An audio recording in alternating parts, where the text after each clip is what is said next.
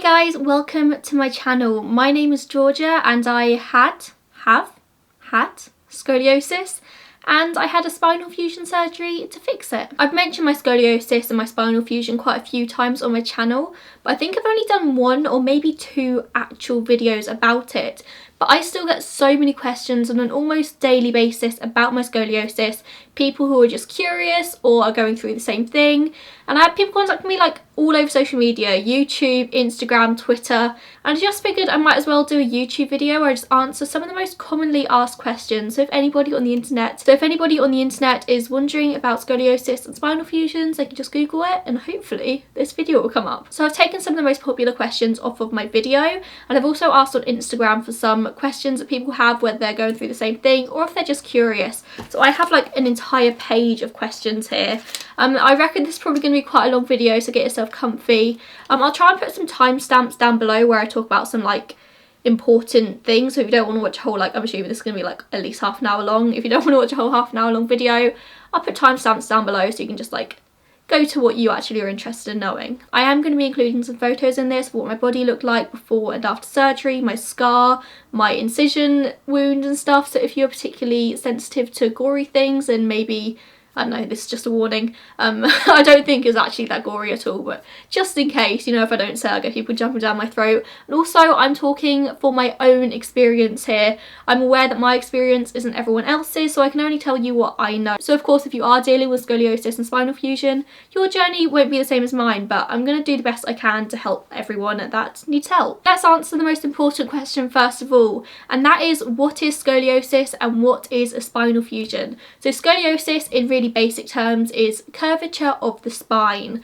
They don't really know what causes scoliosis. Some people are born with it, but it's more common for it to just appear during puberty. There are lots of different types. Congenital is when you're born with it. I had idiopathic scoliosis, which is basically a term meaning they don't know what causes it. So about 3 in 100 people have scoliosis, so it is pretty common, but not all of these people who have scoliosis have it severely. Not everyone has it as severely as I did. Most people with scoliosis just have a slight curvature. It's nothing that you need surgery for, or most of the time it's nothing you even need treatment for. It's just there. You can probably do like Pilates or yoga, something to strengthen your muscles to help you deal with it and help with the pain. But most people with scoliosis, it isn't that serious. Only 0.2% of people need the surgery, need spinal fusion to fix scoliosis, and I just happen to be one of the lucky 0.2%. So if you're watching this and thinking, oh no, I've been diagnosed with scoliosis, I'm going to need surgery, that isn't always the case. Scoliosis is most common in females. Of course, males can have it as well, but most of the time it is in females, and females tend to have it a lot more severely than males as well. They don't really have the answer as to why that is. That just is the way it is. Idiopathic scoliosis most often rears its head in people between the ages of 10 and 18. When you have growth spurts is usually when scoliosis becomes the most obvious, which is really ironic for me because we didn't notice my scoliosis until I was really old. I was 16 when I got diagnosed, and that probably is because I never had a growth spurt. I'm only 5'1", so I never really grew, and so it never really showed up as obvious. So like I said, most people with scoliosis only have one curve. You either have it in the lumbar or the thoracic. I actually just realised in that moment I've never said that word out loud before. Thoracic, is that how you say it? That's how I've always said it in my head. I had 2 curves, so I had a double curvature. I had one curve in my thoracic and one curve in my lumbar, which also may be the reason why we never noticed it, because it kind of evened itself out. We measure the curve of scoliosis on something called Cobb's angle or Cobb's degree. I had 2 pretty severe curvatures, so by the time I had my surgery, I want to say my top curve was between 55 and 60 degrees and my bottom curve was about 45 degrees. My mum will know that better than I do. I actually can't remember, but I'm sure my mum will, which is no use here. But yeah, so my curves were pretty severe. They say once it gets to 30 degrees is when you actually need to start considering having the surgery. When I first got diagnosed, I think my top curve was 40 and my bottom was 30, so mine got a lot worse between diagnosis and surgery. And now let's talk about what a spinal fusion is. So a spinal fusion is where they basically fuse your spine straight. You don't just have spinal fusions for scoliosis. There's lots of different reasons why you'd have it.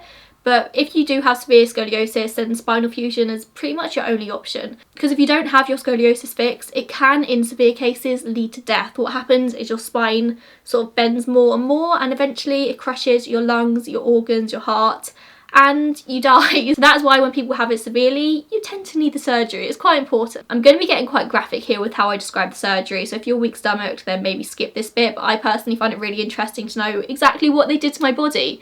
So a spinal fusion is where they sort of scrape away the top layer of the bone of like the vertebrae on your spine, and what happens is when the bones heal, it fuses together as one bone rather than lots of separate vertebrae. That may not be like completely scientifically correct, but that's how my surgeon described it to me when I was younger, so that's sort of all the knowledge I really have about it. The surgeon then puts titanium rods and screws in the spine to hold it straight whilst it heals, which does technically mean that once your spine has healed and has fused straight, you could get the rods and the screws removed, but to be honest, it's just another major surgery that your body doesn't really need. So like I said, I had the two curves, I had lumbar and thoracic, so my entire spine pretty much was fused. I can't remember exactly, I was fused either L2 to T2 or T2 to L2, I can't remember what way it is, or like T2 to L3 or L2 to T3. Pretty much my entire spine was fused straight. Again, I'm very much in the minority here because most people who have to have the spinal fusion for scoliosis only have a small part of their spine fused. I had to have my entire spine fused, so again, this is how my story is a little bit different to a lot of other people's. So the next most popular question I got was, is it hereditary and sort of how did it develop? And I feel like I've already touched on this talking about the idiopathic scoliosis. They don't know what causes it. They say or they assume that it's most likely genetic, but you don't really know, it just happens. Scoliosis, there's not much you can do to prevent it. If your body decides to become curvy, then it's going to become curvy. They do assume that it's genetic, it's hereditary, but out of my entire family, me and my younger sister are the only two who have it. I have 19 cousins, I have so many aunties, so many uncles, and me and my younger sister are the only two out of my entire extended family who have been diagnosed with scoliosis. You can assume there was just sort of some genetic fault between my mum and my dad which caused it. I had it pretty severely. My younger sister didn't have it as bad as me, so she never had to have the surgery. But like I said, a lot of people do have a minor scoliosis anyway, so maybe some of my younger cousins do have it, but it's just so minor that they'll never be diagnosed. When/how did I know I had scoliosis? And this is an entire story.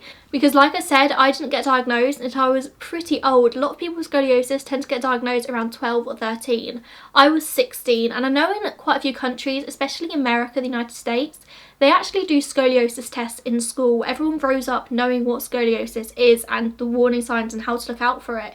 In the UK, that isn't a thing. Nobody does scoliosis tests. I'd never heard the name scoliosis until I was diagnosed with it. When you look back at photos of me sort of as a young teen now when I was like 12, 13, it's really, really obvious, but we never noticed it because I never had any pain whatsoever.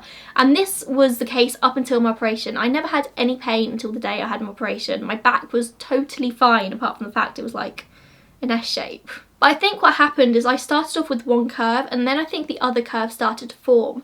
And as the other curve started to form, it sort of evened my body out. You can tell by a lot of people by just looking at them that they have scoliosis, but because I had the two curves, it just evened itself out. You couldn't really see it. It was only when I was 16 and I was trying to shop for prom dresses and nothing fitted me, and still to this day this is a problem I have. I really struggle to find dresses and clothes that fit me properly because of my weird shaped body.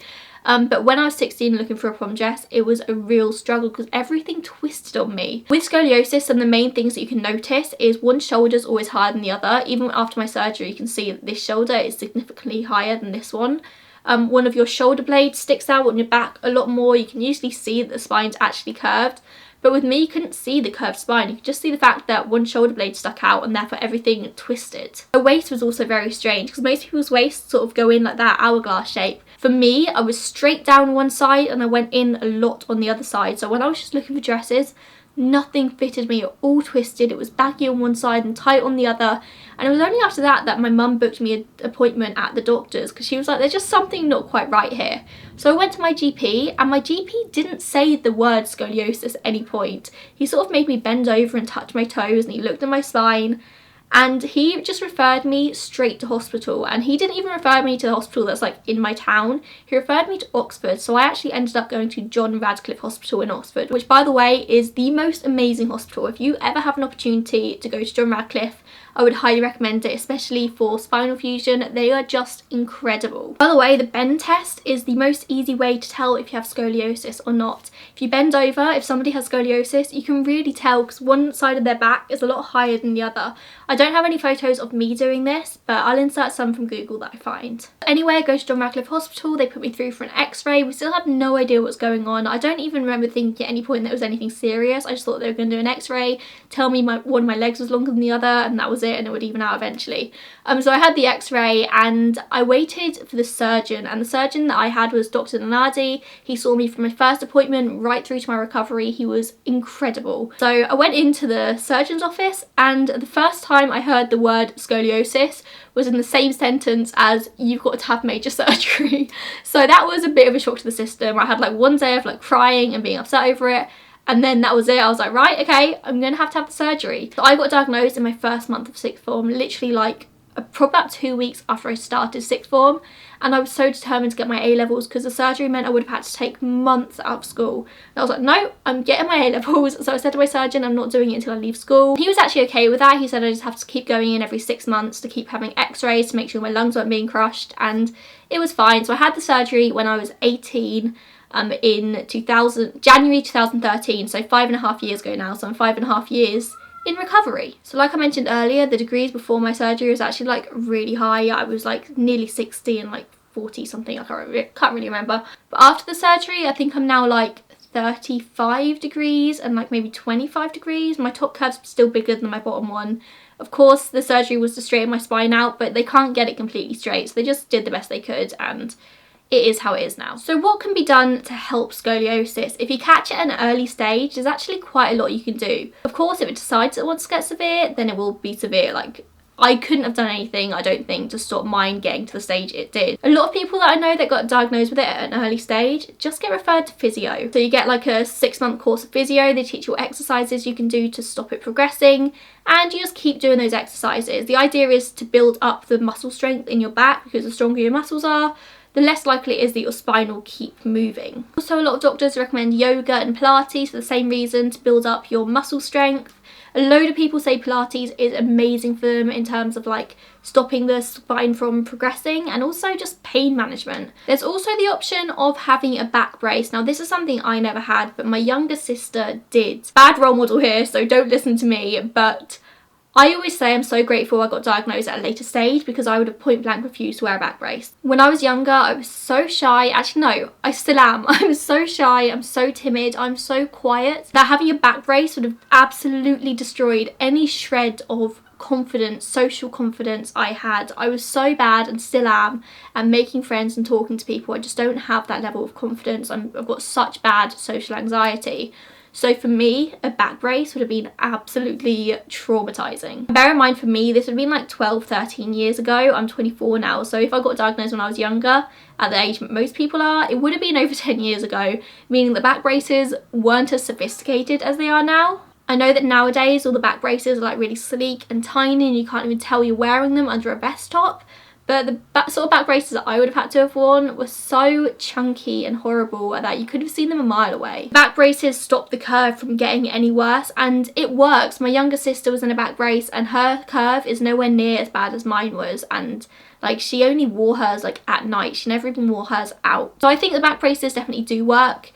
I just personally wouldn't have done that. So now let's move on and talk about the actual surgery rather than the scoliosis. So my surgery lasted for 8 hours-ish. Obviously I was out of it, I was asleep, so I don't actually remember, but I think the surgeons told my parents it would be about 7 hours, and it actually ended up being between 8 and 9 hours. The first thing I remember is being in ICU afterwards. They woke me up about 20 minutes after the surgery, and I was in ICU. I had all the things coming out of me, and there were like wires everywhere, and I just remember waking up and like the nurse standing over me. The very first thing I remember doing as soon as I woke up is wiggling my toes, because one of the major complications that could come from spinal fusion surgery is paralysis, and so I was so scared of like having to be in a wheelchair for the rest of my life. But no, first thing I did, wiggled my toes, they moved, and I was like, okay, I can relax now, I'm going back to sleep. And I expected to wake up and be in like so much pain, but I genuinely wasn't. I was uncomfortable, but I had so much morphine in me that I wasn't in any pain whatsoever. I was in ICU, I think, for one night, and then the next morning I was taken to the ward where I stayed for the rest of my stay in hospital. I think I was in hospital for 6 days. I think I left on like the seventh day, so 6 nights or something. So I wasn't actually in hospital for that long.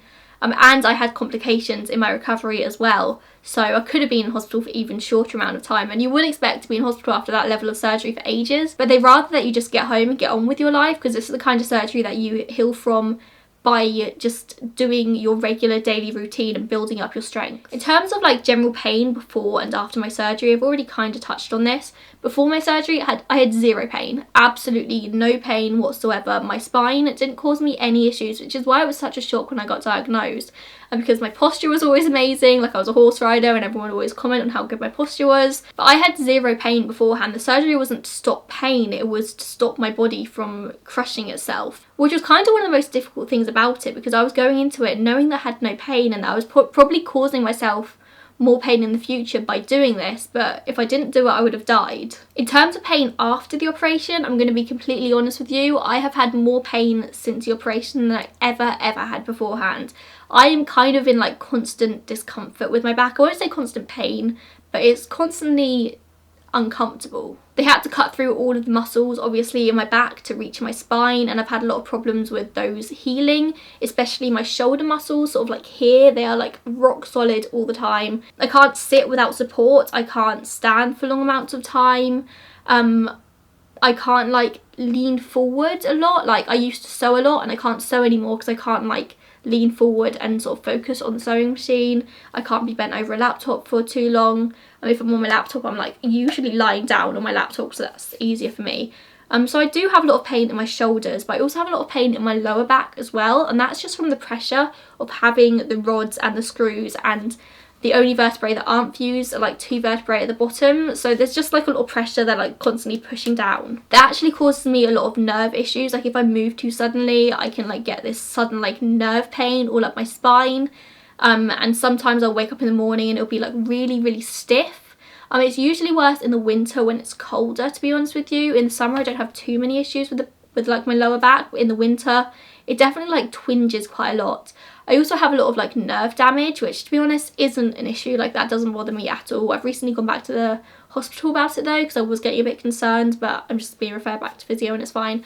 I have no feeling in my right thigh at all, like I can't feel it. I get pins and needles a lot in my right thigh and like in my right leg in general, and I have no feeling on my back. If somebody like pats me on the back to like get my attention, I can't feel it. I literally cannot feel it at all, and it's really funny. My friends find it hilarious. So how strange was it when I woke up? This is such a good question because it was so strange, and I don't know if somebody else with like a spinal fusion has asked me this because they know how weird it is when you wake up. It's so weird waking up and your body being completely different from what was before. It wasn't just like regular surgery where they go in and like maybe mess with an organ or something, because you don't really know what your organs feel like, and you can't feel your organs inside you, do you get what I mean? But your spine is like such a big part of your body that having it messed with and having it like suddenly straightened out in a way that it wasn't before, like messes with your entire perception of the world. I'm not even joking you, it's so weird. When I first stood up, I saw the world in a whole different way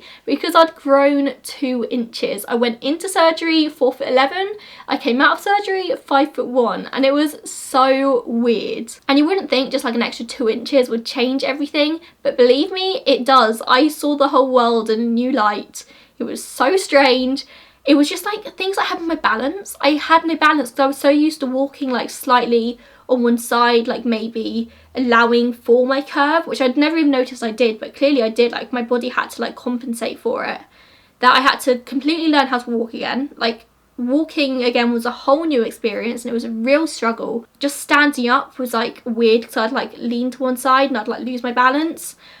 One thing that like threw me off for months, for about 6 months, was walking through door frames. And this is gonna sound so weird, but like I'd be standing there and I'd see the door frame and I'd be like, right, I need to walk from this room into that room. I'm just gonna walk through the door. And my body just couldn't figure it out. every single time for so many months, I would go to walk through the door and just walk straight into the door frame every single time. And I still don't understand really why. It just was so strange. That was honestly probably the most difficult part of my recovery, just like learning how to walk again, and like just small things that you would never even think that would be an issue became such a weird concept to me. Obviously, after I got home from the hospital, I couldn't really walk upstairs. That was another thing I had a massive issue with. I couldn't walk upstairs, mainly because my body was so unbalanced now that I would sort of lean back too much or I'd lean forward too much. It was like always a risk that I would fall because I just didn't have my balance. My parents set up a bed downstairs in the lounge for me. Now, I wouldn't sleep in the bed at night. At night, my parents would like, I'd have one parent walking behind me and one parent walk like in front of me, and we'd like get up the stairs that way, and it would take like 10-15 minutes. I would have a bed in the lounge downstairs so I could sort of like be with the family whilst I was recovering, do you get what I mean? Because if I was just up in my bedroom recovering, unable to like move, that would have been really lonely. So I'd be down in the lounge, me and my mum would like watch TV, would watch movies, would play Scrabble and stuff. In terms of pain, I was on morphine whilst I was in hospital. I had the buttons to begin with, then I was on Oromorph. And then when I came home, I was just on paracetamol, and that was probably when it was the most painful, if I'm honest with you. So I remember having one day when I got home when I was in so much pain. I remember being in this bed in my lounge and I just was writhing around in pain, and I can't remember the pain now. I can't really remember what it felt like. But I remember screaming. I remember like my mum not knowing what to do with me because I was in so much pain. But to be honest, after that day, I can't remember it being that bad again. Like, it was painful, but it wasn't as bad. Like, that was the peak, and then after that, it just got better. But the worst part is that my mum had to get me out of bed, like, every 2 or 3 hours, so I could just, like, walk around the house, like, literally do a loop around the house and then back, just to build up my strength so I could do these things. Because obviously, if I'm just lying in bed all day every day, my muscles are going to start to waste away, and I had to build up the muscle strength in my back again. So that was like something I had to do, and I hated that. All in all, my recovery probably took about 6 months in total. I went back to work after 3 months. Probably should have waited longer because my job's like very physical, but I just got bored, if I'm honest with you. So I'd go to work and do like little things. But after 6 months, I'd say I was pretty much like back to normal. And by the way, they have you out of bed and walking in the hospital within 48 hours. 48 hours after major spinal surgery, and they've got you walking up and down the corridor because they do not want you to waste away in bed. I think mine was longer. I think I was actually about 3 days, 72 hours, because I had a complication. They thought I had a pulmonary embolism, so I had to get rushed to a different hospital and have loads of scans. I was fine. I didn't have pulmonary embolism. My lungs just decided to be lazy. Will I need any more surgeries? I've kind of already touched on this, but no, like as long as everything stays as it is, like this is it, I'm fine, I'm discharged from the hospital, no more surgeries. You can get the rod and the screws removed. I don't even think they offer this on the NHS because it's so like you don't need it. But I'm sure if it came to it and I had to have them removed, I could, and my spine would still stay in the position it is. You just don't need it. What has it been like in the long term? In the long term, it's caused me a lot of pain, a lot of discomfort, but I'm alive. So like it was literally a case of don't have the surgery and slowly die, or have it and maybe be in pain, but you'll be alive. So I'm alive, I'm here. I can always feel the metal. This is something that people ask me a lot, and it's like, can you feel the metal? Constantly. Like there is never a moment where I'm not aware of the fact that I have got metal in my spine. I can feel it all the time, and people ask me like, what does it feel like? And my only answer to you is it feels like I've got metal rods holding my spine straight. Like that is what it feels like. It's there. Like you kind of forget about it, and then you'll like go to move and you're like, oh, okay, yeah, I can feel the metal. I'm metal, I can't move. I have very, very limited movement now in terms of like what I can do. Of course, this is very unique to me and the fact that my entire spine is fused. This is probably only something you've got to worry about if your like entire spine is going to be fused like mine. Like I can't slouch at all. Like I have no ability to sort of slouch forwards. Like my spine is just very straight, so my posture is excellent. I can't bend either side. Like this is kind of the most I can do. I can't twist my body. Like this is probably the most I can twist, and that even my neck has limited movement now, but to be honest that's probably more because of the muscles than the actual fusion. But yep. So I'm like, I kind of move a bit like a penguin. In terms of like bending forward and stuff, I'm also like very limited. Imagine this is your spine, and most people's spine have freedom of movement. That is what a spine is for, to help you move. My spine does not. My spine is like this all the time. So imagine like this is my pelvis. I can move like that, but that's it. So no, I can't touch my toes. If something's on the floor, I can't pick it up. I've got to like squat down, which is why my butt looks so great nowadays. It's like doing things for me is just a little bit more difficult than for anyone else, but you adapt, you sort of learn new ways to do things. It's not a big issue to me anymore, but people do find it quite funny when I drop something, and a lot of the time I'm just like to my friends like, can you pick that up for me, because like it's a lot of effort for me to go down there, and it's always easier for other people just to bend down and pick something up, whereas for me it's like, okay, let's squat down and pick it up and then like force myself back up. That actually leads me quite nicely onto my next question, which is what are my limitations? Like, what does it stop me from doing? So my surgeon actually gave me 3 things that are like absolute no-nos, cannot do. He said I can't skydive, which is no issue for me whatsoever. I can't bungee jump, which also no issue. And I also can't go on trampolines. And I found that last one really funny when he said it to me, because I was like, a trampoline? Like, that's so like, the first 2 are so extreme, then like a trampoline is just like, what? But after having the surgery and having been on trampolines or a trampoline, I can tell you why, and it's because my back has no bend. So when you're jumping on a trampoline and you land, your back sort of like spine bends to sort of allow for that pressure of landing. I don't have that. My spine is just straight, so when I land, I'm just landing like that, and I get a lot of pressure put on my lower vertebrae, and it's just very painful. So yes, I can't go on trampolines. What other things hurt? Sneezing kind of hurts, like it just jolts me. Speed bumps are always a shock. Like if I don't prepare myself, if I don't know I'm about to go over a speed bump, then that really hurts. Again, it's because I've got no give in my spine, so it just like jolts. Technically, I'm not allowed to horse ride. That was something that we said to my surgeon, and he was like, I would highly recommend you not horse ride. Of course I do ride, but my pony's tiny, he's like 13 hands, so if I fall there's really not far to go. But I don't ride like loads. I'm not like every day going up the yard and riding, because I don't know, it just feels like I don't want to tempt it too much. Like I feel like if I ride all the time then eventually I am going to fall off. I love my pony, I love being at the yard with him, I love like bringing him in and grooming him and like doing all that kind of stuff. But in terms of actual riding, I don't ride that often, maybe once a week. I wouldn't risk it by riding a bigger horse, because if I was to come off a big horse then I could really injure myself when I land. And my little pony is so tiny, like I can almost touch the ground with my legs, so that's really not an issue. In general, riding is okay, it's just the risk of falling off, but sitting trot does hurt me a little bit, because just the motion of like sitting whilst you shouldn't be is like quite jolting for my back. What other limitations? Picking things off the ground, like I already said, that is a big limitation. Definitely can't do that. For a long time I couldn't sleep on my front. If I like woke up in the morning on my front, there was no way of me getting back up. I would have to like call my mum in to like flip me over so I could get up. I can do that now kind of, but it is really uncomfortable for me. Embracing my scar. So many people ask me about my scar. I love my scar. It goes from pretty much the top of my spine all the way down to the bottom. It's really, really neat, like so neat that you can even barely tell it's there anymore. I think most people looking at my spine wouldn't think there was anything there unless I like told them to look for the scar. It's a lot more faded at the top than it is at the bottom, and to be honest I'm really devastated that it's like not as obvious, because I think it's a really cool talking point. I love people asking me about it, I love talking about it obviously. Yeah, I feel like it's kind of like a lesson for people, like it's a teaching moment where I can like impart my wisdom and like spread awareness. So it like annoys me a little bit that you can't see it, because I actually think it's like really cool and really beautiful. My surgeon was amazing. Dr. Nanadi was just like a miracle worker. It's like a piece of art. The scar is so thin. Of course mine goes all the way down my spine. A lot of people with spinal fusions only goes like part way up. I know some people have like incisions made on their side rather than on their spine, and I don't really know much about that, so I can't be of any assistance there, but I do know some people have like incisions down their side rather than down the spine. But yeah, no, my scar is like really pretty and visible now. I do have like this indent at the bottom, and I'm about to tell you a really gross story, but I love it. So I had dissolvable stitches, but my stitches at the very bottom didn't dissolve. I don't know why. It was like four weeks after my surgery, and I was sitting in my room and I could just feel these stitches at the bottom, and the rest of them were gone, and I was like, I just want this stitch out of me.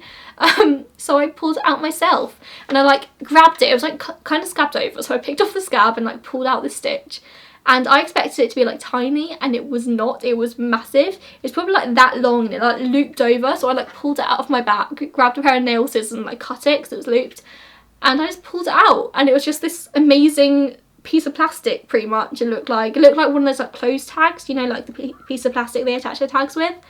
and I pulled it out and it was so satisfying. Do I beep at the airport? No, I do not. Titanium doesn't set off the airport metal detectors at all. But I'm pretty sure that when they do the full body scans, you know, the ones where you like walk in, you have to put your hands up like this and it just scans around you. I'm pretty sure that shows my metal in my spine, because every time I walk out of there I always get like a double look, like the person looking at it always like looks at me and then looks back and then looks at me again, because it probably shows up as like something on the screen, which is pretty cool, I guess. That's only me speculating, but I'm pretty sure they can see it. But no, it doesn't set anything off, like nobody can tell it's there. The first time I went to the airport I did take a letter just in case from my surgeon. I actually carried it around with me quite a lot for the first few months, just because I never knew if it was going to set anything off like in shops or something. It never really did, so yeah, nobody has to know. Advice for others who have been diagnosed with scoliosis or need a spinal fusion: it's not the end of the world. Honestly, like, it sounds scary, it is scary, but you get through it the same as you do anything else in life, and you will be fine. If you've got scoliosis, do your exercises, do your yoga, do Pilates, do your physio stuff. If you like can stop it getting worse, stop it getting worse. Like, you don't have to go through the surgery. But if you are already at the point where you need spinal fusion, just deal with it day by day. You will get better, it will be fine. Even if there are complications, you'll get through it. Like, it's fine. The human body is so adaptable that sooner or later you'll just be used to it and it'll just be a way of life. And honestly, 6 days in hospital isn't that bad. Most of the time you're so drugged up on morphine that you have no idea what's going on anyway. I barely remember my time in hospital, and I'm pretty sure that it was probably more traumatic for my mum and my dad than it was for me. My mum and dad are always like, it was the worst time of our lives, and I'm like, I was fine, I'm good, I had a great time. I watched a lot of movies, spent a lot of time in bed. I didn't have to do any like household chores for about a year and a half. I got pampered on hands and foot. It was wonderful. Look on the bright side, you'll probably be able to get out of hoovering for a very solid year. And the very last question is, has it changed me as a person? And honestly, it probably has. It's made me a lot stronger than I was.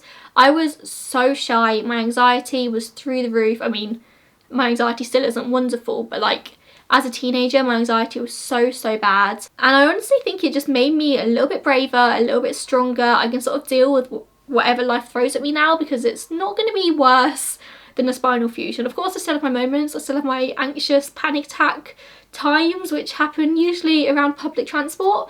But in general, I'm definitely a lot braver and a lot stronger. My pain tolerance is through the roof. Like, I can take any pain you want to throw at me, and I can guarantee you it will not be as bad as a spinal fusion. I do not care. I just think it's pretty cool. I think it's a cool story to tell. It's not one that many people have, but also when other people tell you they've had a spinal fusion or if they've got scoliosis, you've immediately got something in common with them, which for me is such a big deal. It makes me so excited because I find it so hard to connect with people. So if I find out that I've got something that like amazing in common with somebody, it's immediately like, we're friends now, and I love it. So they're pretty much all of the questions that people ask me, but if you have any other questions, then please feel free to put them down below. If it's not something you want out in public, just DM me on Instagram. I reply to all of my DMs, so you will get an answer from me. I'm happy to answer pretty much everything. I think I've like covered most of the main things here, but I'm sure I haven't covered everything that people are curious about. So ask me all the questions, follow me on all social media, and I will see you in my next video. Bye guys.